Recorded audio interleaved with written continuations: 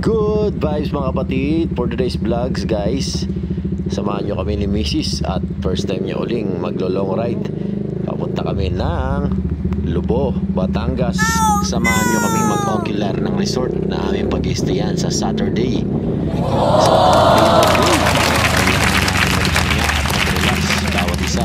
So ano pang hinihintay nyo? Let's go! At habang binabaybay namin ang Molino Boulevard, at dito muna kami dumaan sa China Bank dahil meron kaming transaksyon na kailangan ayusin muna. So, for a while. Wala na sila, kung baka nalipat na sa iba na. At si Kuya Guard ay binigyan ko na rin ng sticker dahil bago Follow lang ko na siya. lang, Kuya. Iba na ang mga guard dito sa China Bank dito sa may Molino. Follow. Malapit sa Facebook, SM.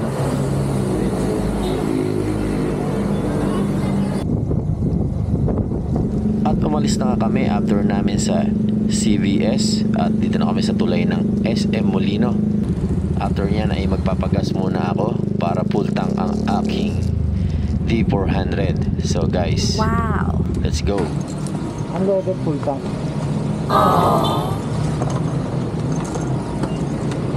At excited nga ang aking asawa makarating sa aming destination. Ang akala niya ay sobrang lapit lang, ay yun pala ay malayo-layo rin ang Lubo, Batangas. Almost 3 hours ang aming bibiyahin.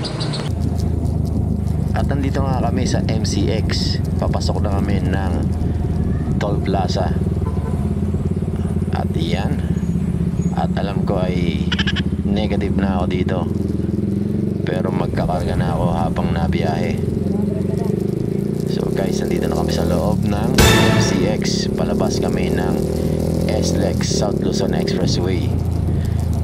At yan guys, nandito na kami sa South Luzon Expressway habang binabaybayan namin ng papuntang Startol. Sobrang marami ng mga sasakyan na nagdaragsaan dahil marami rin ginagawa ang kalsada.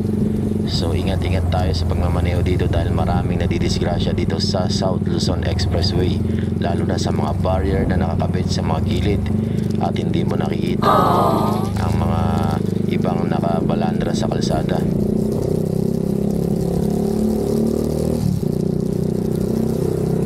So ito na nga, tirik na tirik ang araw nung bumiyahe kami. Siyempre mga alauna ng hapon yan nung umalis kami.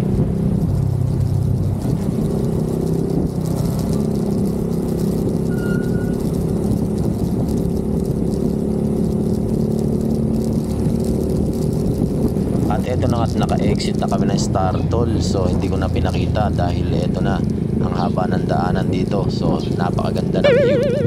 So papunta na kami sa Tyson Road ng aming babaybayin. At eto na nga guys, nandito na kami sa Tyson Road sa may sigsagan dito. At eto na po ang mga daanan ditong bulubundukin at syempre mga maghaka sa view.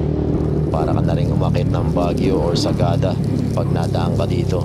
Sobrang sigsagan din ang daanan dito guys, kaya ingat-ingat tayo. Kagaya nitong daraanan namin, may mga ginagawa rin kalsada dito, kaya medyo maglaylo lang tayo sa pagmamaneho para iwas sa disgrasya. At yan, marami rin mga paakyat papunta ng Lubo at mag-swimming at mag-stay ng kanilang vacation. wow. At si Mrs. nga ay syempre excited at nag-video na yan sa lugar na ito. Nag-video na siya dyan.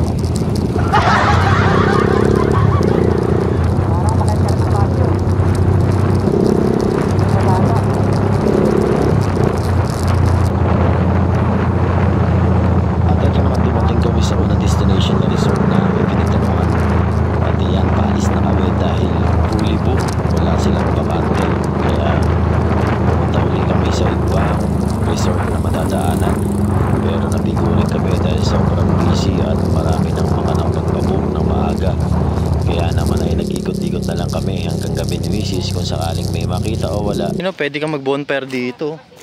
Ganda. Solid dito. At dito lang po yan sa Puntang Milabrigo, dito sa Lobo, Batangas. 2 weeks lang pala. Ayan, maganda rin siya. Pero tatanong natin ate, pwede ka maglagay ng tent? Oo. Mga ganun. Mga pang ano. Ayan, pwede pala yun. Oo, maganda. At ito yung Oo, aming mas okay pinatanungan na pangatlo. Tsaka ano siya, hindi kami siya doon nagkasundo sa bato-bato presyo. talaga. Pero maayos at maganda rin ang location. Fully book na rin karamihan ng kanilang mga rooms. Pwede ka mag-tent pitching. Ganda yung ano niya, Mi, oh. Diyan eh. Pero pwede ito isa lang. Oo, sabihin mo nga, tanong natin. At dito na nagtatapos ang day tour ride namin ng aking asawa. At sumakit ang kanyang balakang at legs sa sobrang haba ng biyahe. So hindi pa siya sanay talaga sa mga long ride. Kaya salamat sa inyong panonood. Ride safe sa atin lahat. Pakipalo na po ang aking page, Jobs Mones Vlog.